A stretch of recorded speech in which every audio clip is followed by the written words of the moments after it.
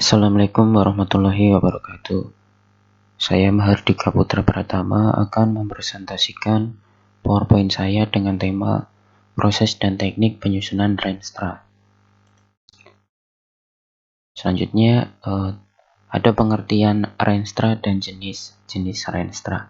Renstra terbagi atas dua jenis, yaitu yang pertama Rencana Strategis Satuan Kerja Perangkat Daerah atau Renstra SKPD, merupakan dokumen perencanaan SKPD untuk selama periode 5 tahun. Di dalamnya memuat visi misi, tujuan, strategi, kebijakan, program, dan kegiatan pembangunan yang disusun sesuai dengan tugas dan fungsi satuan kerja perangkat daerah dengan berpedoman pada RPJMD dan bersifat indikatif. Yang kedua, ada rencana strategis kementerian lembaga atau apabila disingkat Renstra KL, merupakan dokumen perencanaan KL untuk selama periode 5 tahun. Di dalamnya memuat visi misi, tujuan, strategi, kebijakan, program, dan kegiatan pembangunan yang disusun sesuai dengan tugas dan fungsi kementerian lembaga dengan berpedoman pada RPJMN dan bersifat indikatif. Selanjutnya merupakan landasan hukum dari pembuatan rencana strategis atau Renstra, yaitu Undang-Undang Nomor 32 Tahun 2004 tentang Pemerintahan Daerah, kemudian Undang-Undang Nomor 25 Tahun 2004 tentang Sistem Perencanaan Pembangunan Nasional atau SPPN, kemudian Peraturan Pemerintah Nomor 8 Tahun 2008 tentang tahapan tata cara penyusunan, pengendalian, dan evaluasi pelaksanaan rencana pembangunan daerah. Di slide berikutnya ini merupakan alur sebelum pembuatan Renstra. Yang pertama, Renstra Kementerian Lembaga itu berpedoman pada Rencana Pembangunan Jangka Menengah Nasional. Kemudian Rencana Pembangunan Jangka Menengah Nasional itu berpedoman pada Rencana Pembangunan Jangka Panjang Nasional. Yang kedua itu Renstra SKPD atau Satuan Kerja Perangkat Daerah, itu berpedoman pada rancangan pembangunan jangka menengah daerah. Yang RPJM ini memperhatikan dari RPJM nasional dan berpedoman pada RPJP daerah.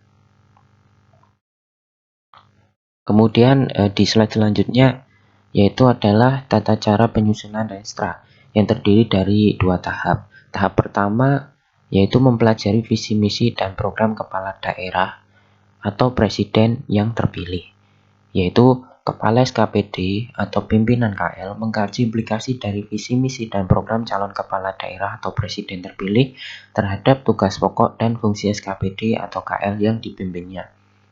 Pada tahap kedua yaitu menyusun rancangan Renstra, yaitu kepala SKPD atau pimpinan KL menyusun rancangan Renstra berpedoman pada rancangan awal RPJMD atau RPJMN yang telah disepakati bersama.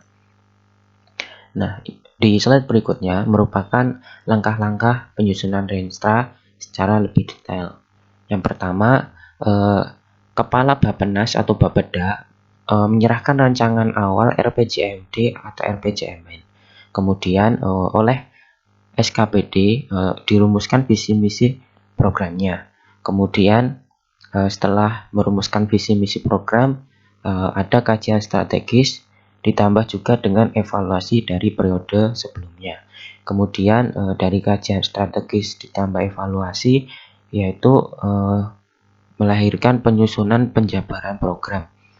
Kemudian setelah menyusun penjabaran program yaitu menyusun rencana kegiatan. Setelah menyusun rencana kegiatan yaitu menetapkan lokasi rancangan kegiatan.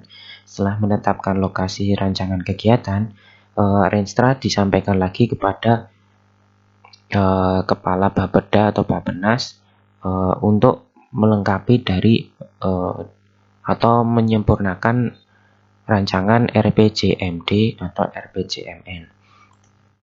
Kemudian di slide berikutnya merupakan sistematika penulisan Renstra yang terdiri dari beberapa bab. Yang pertama adalah bab 1, yaitu pendahuluan yang terdiri dari latar belakang, kemudian maksud dan tujuan, kemudian ada landasan hukum, kemudian hubungan Renstra SKPD atau KL dengan dokumen perencanaan lainnya. Kemudian pada bab 2, yaitu tugas dan fungsi SKPD atau KL, terdiri dari struktur organisasi, susunan kepegawaian dan perlengkapan, tugas dan fungsi, kemudian hal lainnya yang dianggap penting. Kemudian di bab 3, yaitu gambaran umum kondisi, yang terdiri dari kondisi umum masa kini, kemudian kondisi yang diinginkan dalam proyeksi ke depan. Kemudian di bab 4, yaitu visi misi tujuan strategi dan kebijakan, yaitu berisi visi dan misi SKPD atau KL, kemudian tujuan ialah penjabaran dari visi dan misi SKPD atau KL, kemudian ada strategi, kemudian ada kebijakan. Kemudian bab 5, yaitu program dan kegiatan, yang terdiri dari program dan kegiatan lokalitas kewenangan SKPD atau KL, kemudian program dan kegiatan lintas SKPD atau KL, kemudian program dan kegiatan kewilayahan atau nasional. Kemudian bab 6, yaitu penutup, memuat kaidah pelaksanaan meliputi fungsi Renstra dalam memperkuat Renja atau rencana kerja, kemudian penguatan peran stakeholder dalam pelaksanaan Renja, evaluasi dan laporan atas pelaksanaan kinerja dalam 1 tahun dan 5 tahun, serta catatan dan harapan kepala SKPD atau pimpinan KL. Kemudian yang terakhir adalah lampiran, yaitu merupakan bagian-bagian pendukung dari dokumen Renstra. Setelah RPJMD atau RPJMN ditetapkan dengan peraturan daerah atau peraturan presiden, kemudian kepala SKPD atau pimpinan KL melakukan penyempurnaan rancangan Renstra SKPD atau KL menjadi Renstra SKPD atau KL dan menetapkannya dengan peraturan kepala SKPD atau pimpinan KL. Sekian presentasi dari saya. Atas kekurangannya saya mohon maaf. Wassalamualaikum warahmatullahi wabarakatuh.